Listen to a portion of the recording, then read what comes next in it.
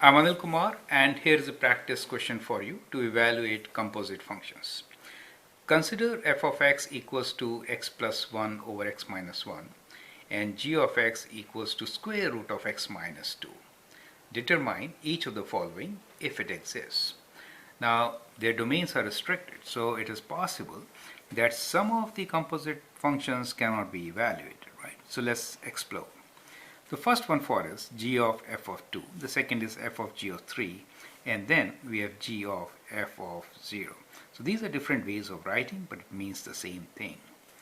To evaluate function g is to be followed by f of 2. That means first find the value of function f at 2. We could write this as g of, let me use another ring, f of 2, right? So we'll first find what is f of 2. And then we'll find the outside function g, right?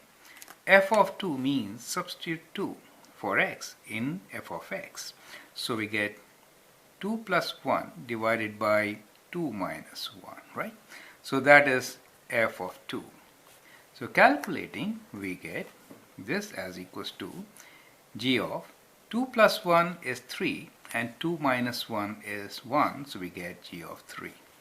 So g of 3 really means, that is, substitute 3 for g of x. So we get square root of 3 minus 2, and that is equals to 1.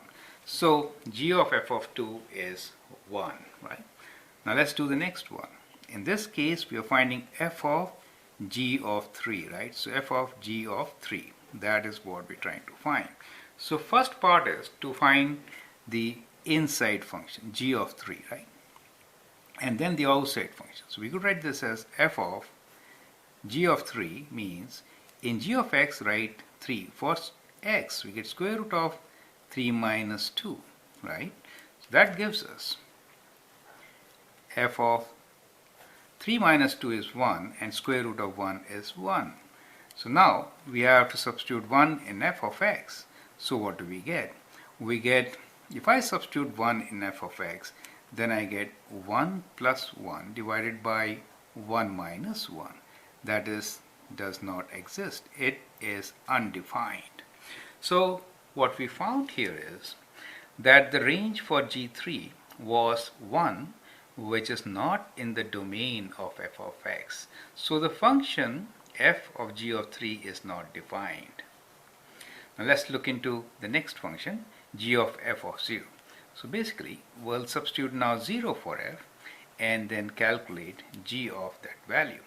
So we have 0 plus 1 divided by 0 minus 1, and that is equal to g of minus 1, right? So we are left with plus 1 divided by minus 1, and g of minus 1 is that we have to substitute minus 1 for x. So if I substitute minus 1 for x, I get square root of minus 3. That also does not exist. So composite functions may not exist for many values. From here, what you can see or observe is that if I want to find domain